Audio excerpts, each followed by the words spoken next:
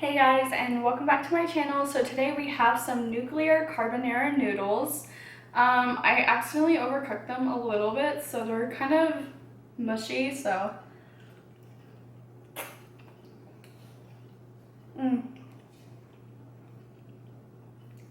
but they're good though. So today I also have some rice down here.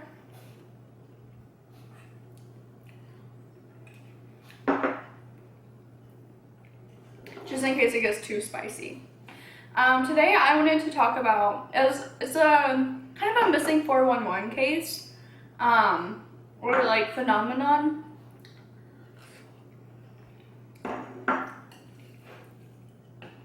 But it's about the Mount Nyangi in Zimbabwe. But basically, it is a mountain that a lot of the locals and village elders believe that it is like haunted by like spirits and whatnot, and that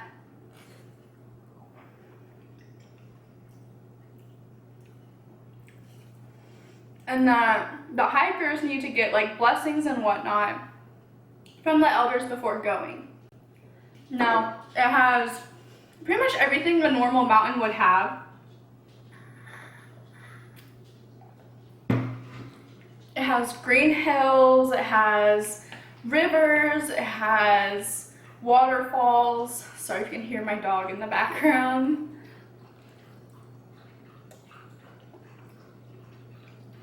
It has wooded areas.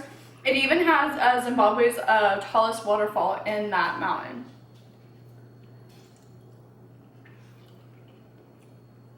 And that mountain is located in their largest national park and oldest national park in Africa, I believe. The locals, they also, like I said, have a few rules. One of the rules is to not approach the sacred locations unless you wish to never exit the mountain.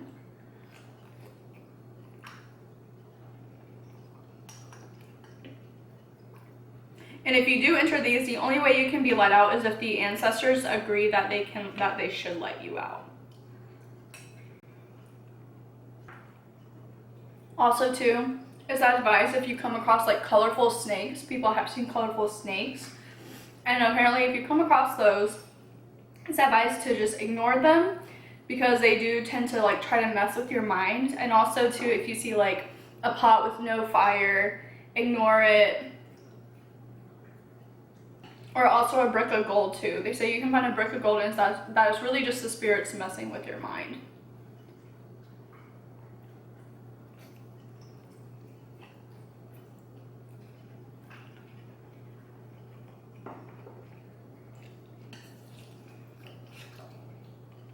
It's even said too that the spirits are the ones who have pushed people off of ledges.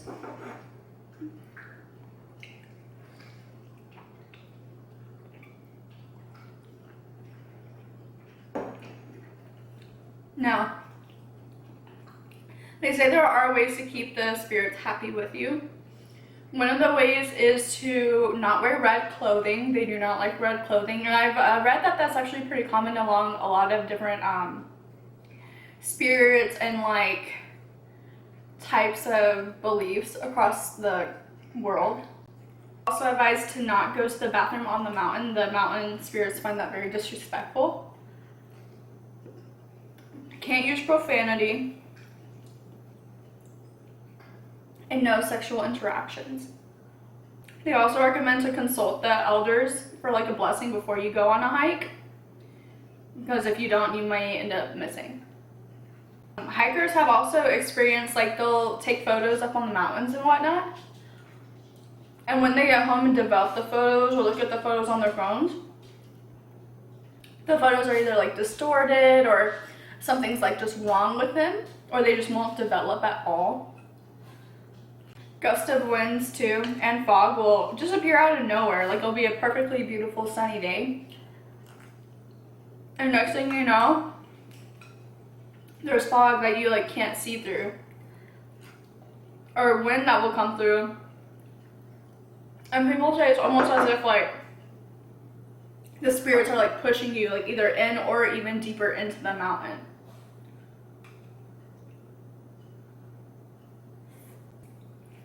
A lot of hikers have also said that they've heard like strange noises, or they'll turn around and look at a tree and the tree will almost have like a face-like feature on it and almost like kind of morph into a human in their eyes. And at one point too, they had 2 of the dams in construction in that mountain, and it took like a really long time. I don't know if it was years or not, but it took a very long time for them to finish doing the construction on both dams, because they kept on having like equipment failure. Some workers would just like disappear and never be seen again. And then finally the construction workers were like, look, like y'all need to bring in these elders and y'all need to like do a ritual or we're not coming back. So they actually had to do rituals, and then the workers finally agreed to come back. In the early 80s too, a government official, his daughters were hiking the mountain, and they didn't come back, so they issued a search team for them. And they searched the air, you know, from the air, did a really extensive ground search, and they never found any trace of them. No shoe, no backpack, no nothing, as if they never even existed. And to this day, they still have never been found. Years later too,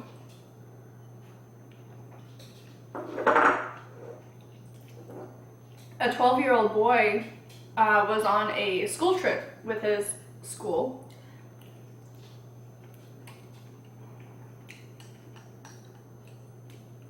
He somehow got separated from his class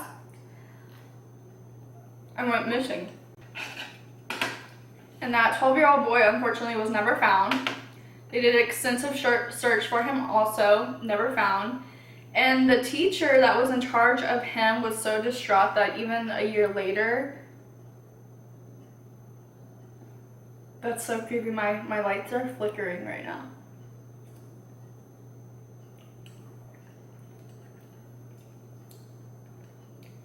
A year later, the teacher that was in charge of that boy ended up committing suicide because of like the distress, I guess, of like, you know, being the reason why.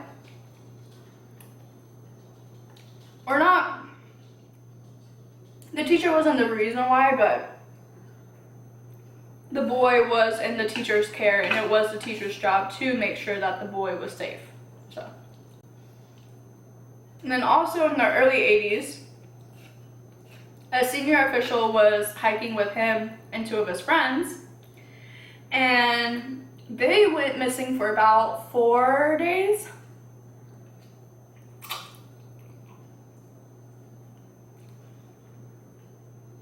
But the weird thing with them is that they claim that once they finally were found or like made it back down, that they'd even like technically really realize that they were missing.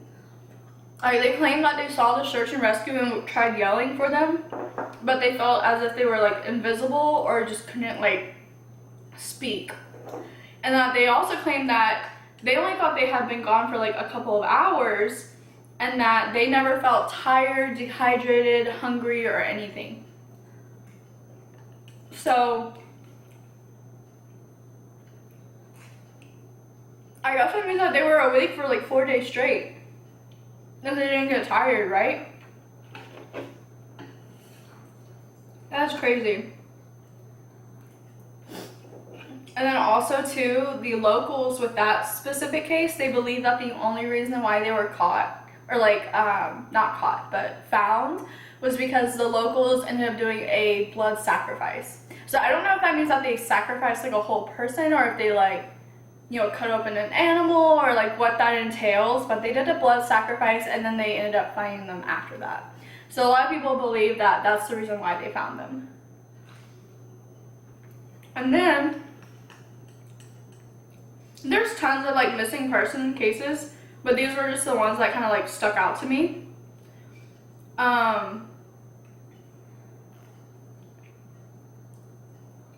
At the end of 2014, so the same year that those three had gone missing, this experienced hiker from Great Britain, he decided to fly on down to Zimbabwe and hike the mountain himself, by himself.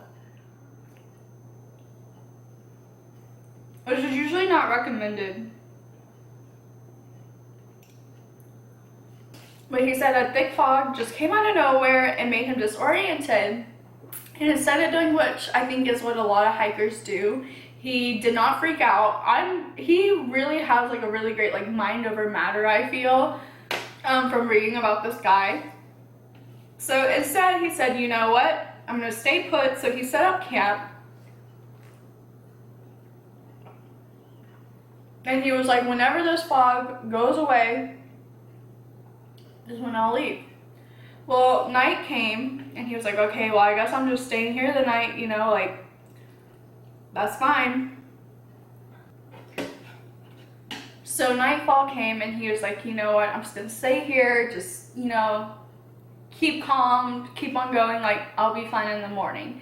And he said that he experienced very weird stuff at night. At night, he came across multiple snakes, or they came across him, colorful snakes, and they would just kind of like observe him. And he said they wouldn't come one by one, they would come in a group. And so he would just kind of stand still, keep calm, kind of ignore them, you know, just act like everything's fine. And then he also would look up and he would see pairs of eyes watching him, and he could tell that they were animals, but he was saying that they acted very like out of the world, like as if they weren't like normal animals. And then in the morning, the fog was cleared. He packed up and he just went right back down. He said, I'm not going any farther up. And he was fine. Yeah, but he says that that was one of the most eye-opening experiences about himself and just like the world and the environment in general. And like I said, there's tons of other cases too of like people missing on this mountain. Now, I thought I was done researching the mountain after this. After hearing all these stories and reading all these stories, I was like, okay.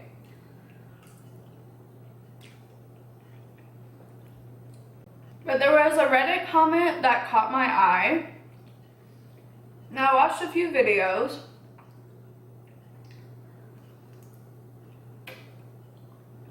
And so in these videos, they were talking about how that this mountain actually has a subterranean base that the CIA and the Army installed. And apparently there's multiple locations around the whole world. There's one in Alaska, there's one in Spain. Alaska, Spain, I think Great Britain, and then Zimbabwe. But then there's also other ones too. They said that they're sure there are. And people claim that they have seen people in like the Alaska one, like just on computers under the ground in this cave, and that other people have like gone through these caves and they've seen like huge satellites and whatnot. But this is called Project 8200. And it's very interesting. It started back in like the 70s or the 80s. But they believe that all these locations connect and they send like signals out to space or some type of like maybe even extraterrestrial beings. And I even vaguely read there was an alien sighting apparently on that mountain. It was kind of weird though. I don't know if it was true or not. I didn't really think it was, but who am I to say what someone saw or felt or whatever. But they claim that aliens came down and tried to abduct him and tried to get his sperm. But yeah, I think it's really interesting. I do believe that the locals and everyone else believe that there are spirits and that there are entities that like you have to please on that mountain. But I don't know, now I'm really intrigued. Like now I want to go over there and hike that mountain or try to like go on a trail or something.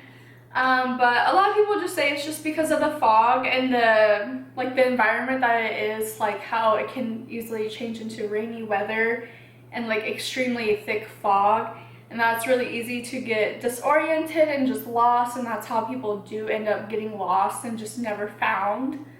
So I kind of agree with that because that's more the logical thing, you know, but I kind of believe there's aliens. You know, you never know. They could be watching us. They're probably like,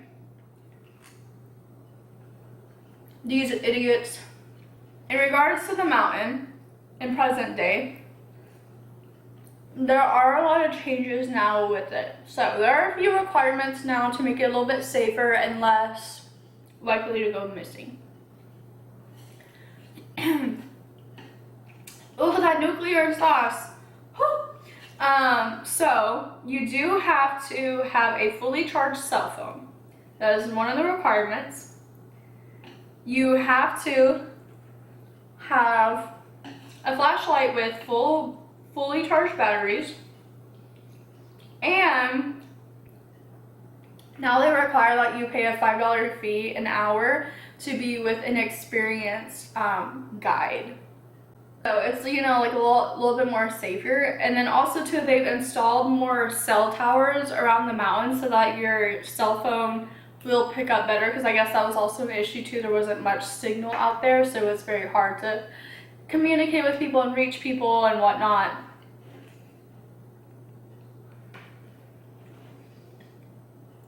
And then too, I'm assuming the money that they've been getting from charging the $5 for the hike an hour also goes towards like upkeep. So they've been making sure that they clearly mark the trails and keep it nice and like groomed so that you can tell easily where the trail is. And in the near future, they do want to eventually do just a whole concrete paved trail. So I like that idea too, because it does take away from like the whole aspect of like being on a hike, like in the wild or in the mountain. But with a mountain that has so much history of missing people, I think it should be required and installed, because they really do need it. They have the mountain's nickname is the mountain that swallows people. So I mean, if it swallows people, maybe we should have a more set trail that we can see. Guys, I hope you guys enjoyed this story today. Well, it wasn't really a story, it's more of like telling other people's experiences. But would you ever visit this mountain? I think I would. After reading about it, I really want to go now. And the people that live there just seem so nice. I don't know. I would love to go and see it for myself. Yeah, but comment down below, let me know any food suggestions or video suggestions. I love interacting with y'all. Be sure to follow me on all my social media also. Y'all have a great day. Bye.